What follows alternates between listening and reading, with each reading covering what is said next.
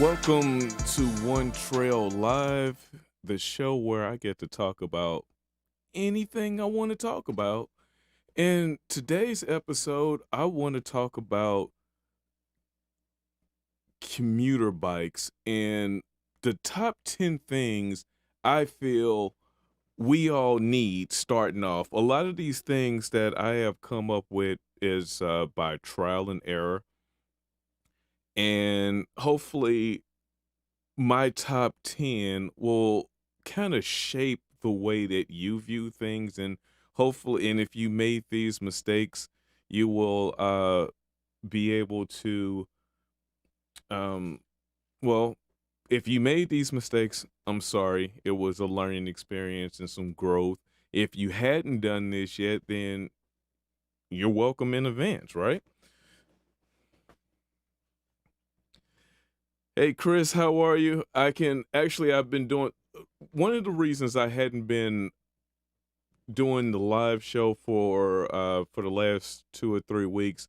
One, uh their politics, and I didn't want to risk someone baiting me in over any type of issue, um any political issue. I didn't want this platform to become that, get sucked into it. So I didn't put up a couple of it. I didn't post for a while. Secondly, I've been doing some work and now I can see comments live. So even though I'm facing this direction, I have other monitoring things going on in the back. I can actually see what you guys are saying up front now and I can react to it quicker. What with that being said and done, a couple things that I come across, and keep an open mind when I go through my list. My list may not be the same that you feel is necessary, but these are just the things that putting on the mileage over the course of the last couple years, what I have kind of come across and said, this is what I need going forward. This is my list. This is my top 10. This is my top 10. The first one is a given, right? Everyone knows that you're going to need a headlight, a decent headlight and tail lights for night riding and just being more visible to motorists and to pedestrians as well. And lighting is very great. I'm not a brand freak, so I invest in quality gear all the time, but I won't spout out different brands because it's really not necessary. What works for you in your budget is great. If it's working, it's working. But get a decent light. You don't have to break the bank, but get a decent headlight, tail light, helmet light. You're gonna need that stuff. Makes you visible, makes it easier for you to make it down the roadway. A bike repair kit. Bike repair. You need it all. I prefer to have what you see on the screen here. I have my repair kit that has my patches, my glue, my tools to work on different pieces of the bike. Things that people don't necessarily think about is having a extra inner tube and chain links. The master chain link is a great thing, especially with e-bikes, especially if you have an e-bike that is a mid-drive. Those break the chains pretty often. Chris, you really need to venture out and ride at night more. It's not bad. It's not bad. So if you have a park that you can go to that has a fairly decent trail, and you can pack your bike up. You know, if you don't feel comfortable riding on the street, um, I get it. I understand. I e- I, I ride motorcycles as well, so being out in the street on two wheels with nothing surrounding me, keeping me safer, doesn't bother me as much. So I just call it playing in traffic. That's why if you ever hear me talk about riding a bike, I just call it playing in traffic because that's literally what I'm doing. But I can't go as fast as I am on my motorcycle, so I just piss people off, which is kind of cool. Everyone needs a decent way to inflate their tires.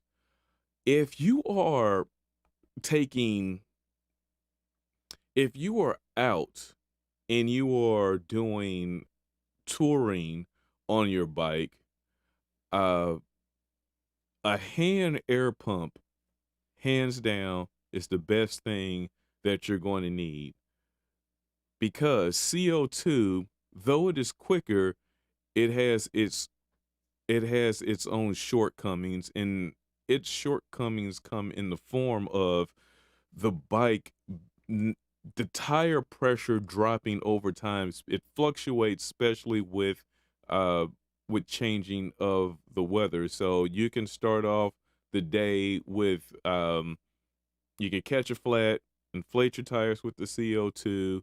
You're nice and solid to make it to wherever you are. Temperature fluctuates in the morning, you're almost flat again. So no matter what, the CO2, you're commuting to work, you catch a flat tire, you need to change and inflate quickly. That's where that is where a spare inner tube comes in versus throwing a patch kit. Patch it when you patch your tire on your lunch break, um, and keep it going. So the next thing that is great to have are locking grips for your handlebars. And the locking portion isn't locking your hands to the grips themselves. It's the actual grip locks to the handlebars, and it stops them from rotating. Uh, if you have your stock, especially with my rad um, grips, just they're loose. Plus, I ride it going down what it's not supposed to be used for, but I'm in rocky terrain. So the bike, I have twisted them to a point to where they stay pretty good, but I'm afraid one day they might just slip right off and I might end up into a tree. That's where the locking grips come into play.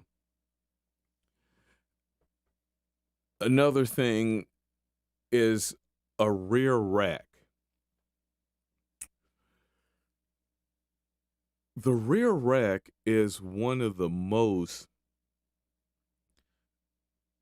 touchy subjects for a upgrade. And I'm saying that lightly because I'm pretty sure as I go through the list, everything is touchy. You have to figure out what is, and that kind of ties into your panniers and your trunk bag, whatever you're going to run, uh, what you're going to need for uh for your commute. Do you live in a city where it rains a lot? Uh, mo- there are some decent brands out there, so you have to decide. And they go from $20 to $200, literally. They have different values: water resistance, reflective, stripping on them, so that makes you more visible in low light conditions. But mostly the rack itself gives you the most options on the way that you can tilt your bags, to how far it is away from your pedals, to the bag. The one that I use a toe peaks rack, and it allows me to put my panniers on and still allows me to put a trunk on. And in my trunk, that's what I usually keep: snacks, camera equipment, that sort of thing.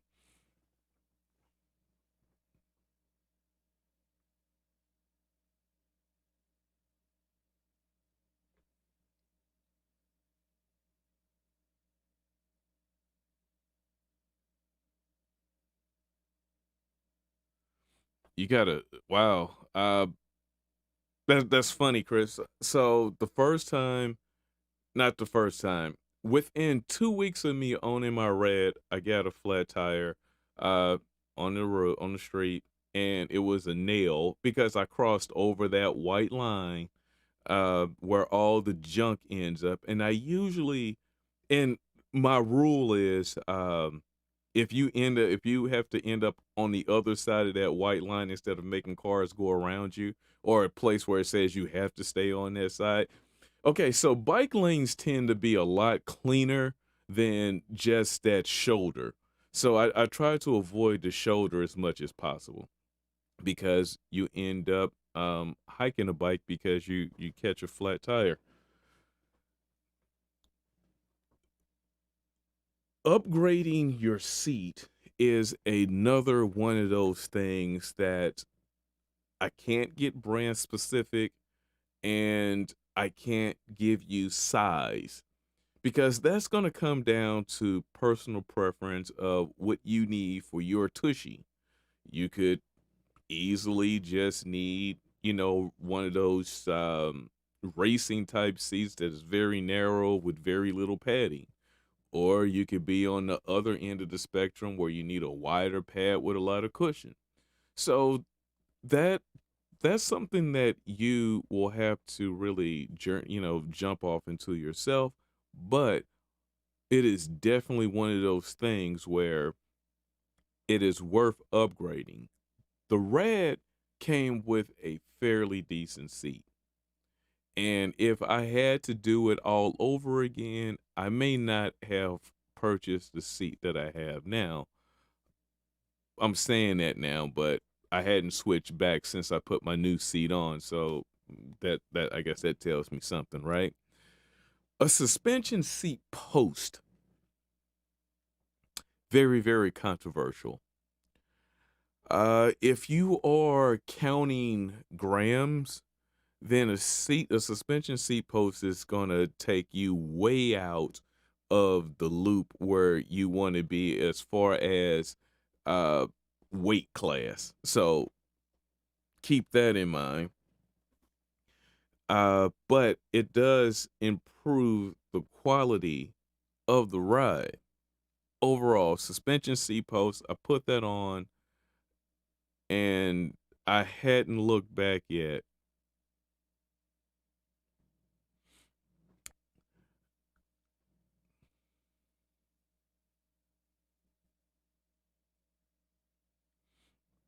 Absolutely right. Absolutely right. Your panniers is an absolute must. That is one. That's why it's so. I guess it's not super high on the list when it comes down to if you need to call someone for a ride because your bike broke down. But the panniers rack definitely one of those things. Pedals, pedals, pedals, pedals, pedals, pedals. Everyone knows I am a fan of clipless pedals. I use a hybrid by Shimano. It has it's clipless. It accepts a cleat, and but on the other side of it is flat, so I'm able to ride in rougher terrain, sketchier terrain, I should say, and I'm able to get my foot off the bike a lot quicker. With that being said, the clipless pedals, if you're riding them out in the elements, make sure you keep them lubed. That will also aid you in getting out of your pedals quickly when need be. The last accessory is it's literally an accessory holder. It's basically getting your dashboard together to accept, especially with an e-bike when you have your monitoring system for your controller. Uh,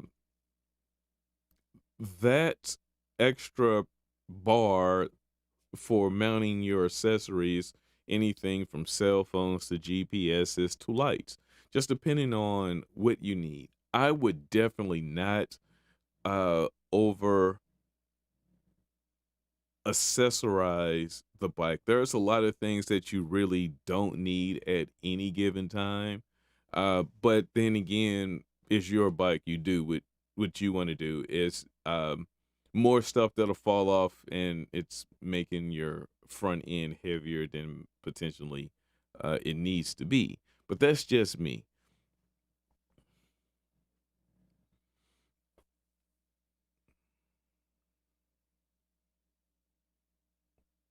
So again, Chris, I really can't. I can't recommend any type of seat. What I would only thing that I can tell you is find your local bike store and go in and try a couple seats. Cloud9 makes a good seat, and there's just different variants. It's like I said, everyone's tushy is different. Um, the seat that I have is a tad bit, and I do mean a tad bit better than the seat that came with the red. But one thing that I learned um, later on was I didn't have my bike fully set up properly. And that makes a big difference as well. Having your your seat height and the pitch of it correct helps out tremendously. But when it comes down to it, yeah, sure. If you want to if you want to buy a decent seat, that's great. Don't throw a whole. If you're not putting serious miles in, don't spend a whole lot of money on it. One thing that I will tell you for absolute certainty: if you ride long enough, everything feels like a brick after 30 miles. Everything feels like a brick. Sorry, doesn't matter. You could, unless you're sitting on pillows, it's going to feel like a brick after so long. I have the suspension seat post made the absolute biggest difference when it has come down to seat versus ride, especially with a hardtail bike. Um, if I had a full suspension bike, then maybe just the seat would have been great alone. But that's my top 10 of my recommendations on what everyone should have when it comes down to the the day-to-day commute. And I I really, I was keeping this one short today.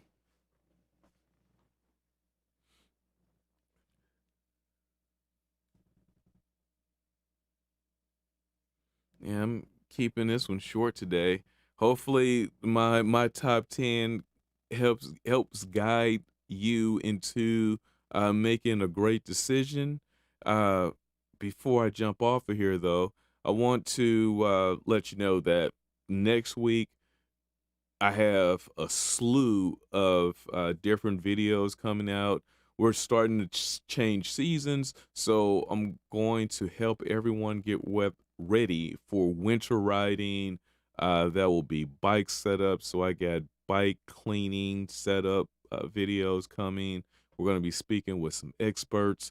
Um, I have completely overhauled my clothing that I will be wearing on the road, and I want to show that to you.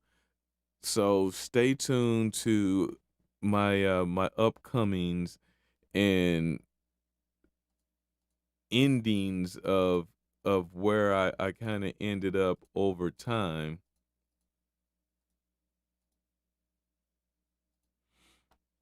But be sure to comment below of or if you guys have some suggestions of some videos that you would like to see, drop them below and I can get them going for you. Also, if you have any questions on how to reach me, again, the numbers that you see on the screen are always good. Email, uh, Dropbox. Oh, I mean, email me. Just get at me. See ya.